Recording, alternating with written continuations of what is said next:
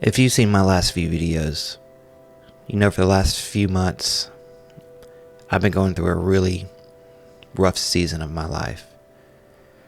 I've been struggling and growing through a lot.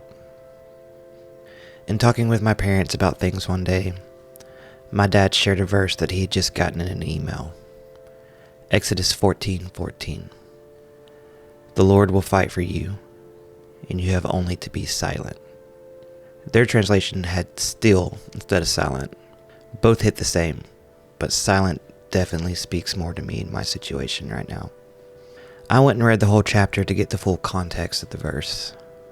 Exodus 14 is the chapter about Moses and the Israelites crossing the Red Sea. They are being pursued by Pharaoh and his men, and the Israelites were scared. Rightfully so, in human understanding. They grumbled to Moses that he should have just left them in Egypt to serve the Egyptians, because that is better than dying here in the wilderness. And Moses said to the people, "Fear not, stand firm, and see the salvation of the Lord, which he will work for you today. The Lord will fight for you, and you have only to be silent." God asks Moses why they are crying out to him and instructs him to tell them to go forward. He then gives instructions to Moses.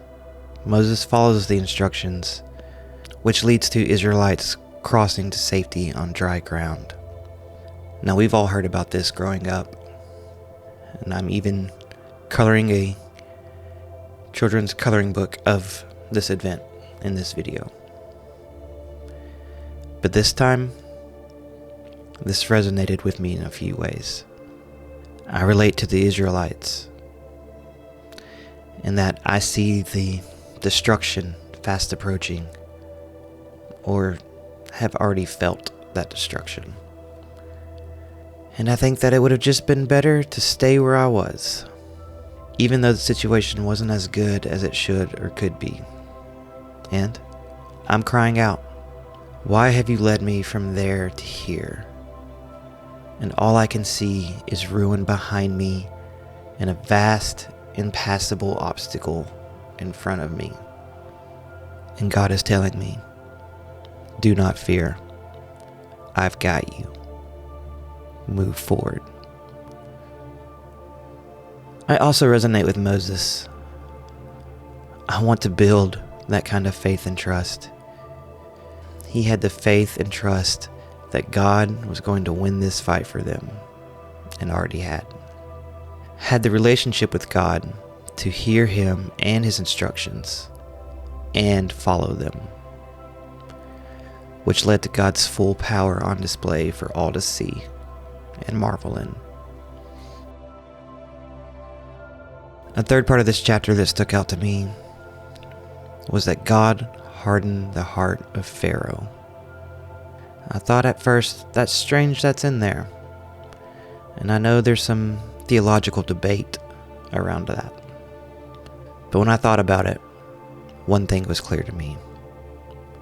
God did that. It was part of the plan and the story he was telling. Without him hardening Pharaoh's heart, the Egyptians wouldn't have chased.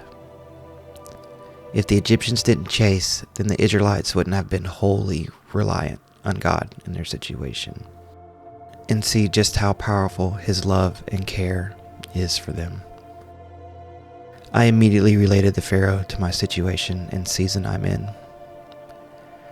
That maybe God has theoretically hardened the Pharaoh's hearts in my life, because I needed to be broken by that and fully reliant on God in my situation, so he could grow and restore me, and I could see him move in powerful ways and feel his love and care for me. And I know I'm not the only one out there going through a tough season of life.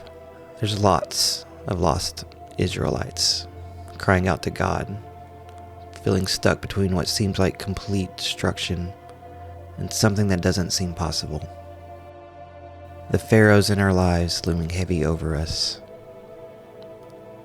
But in times like these, we just have to remember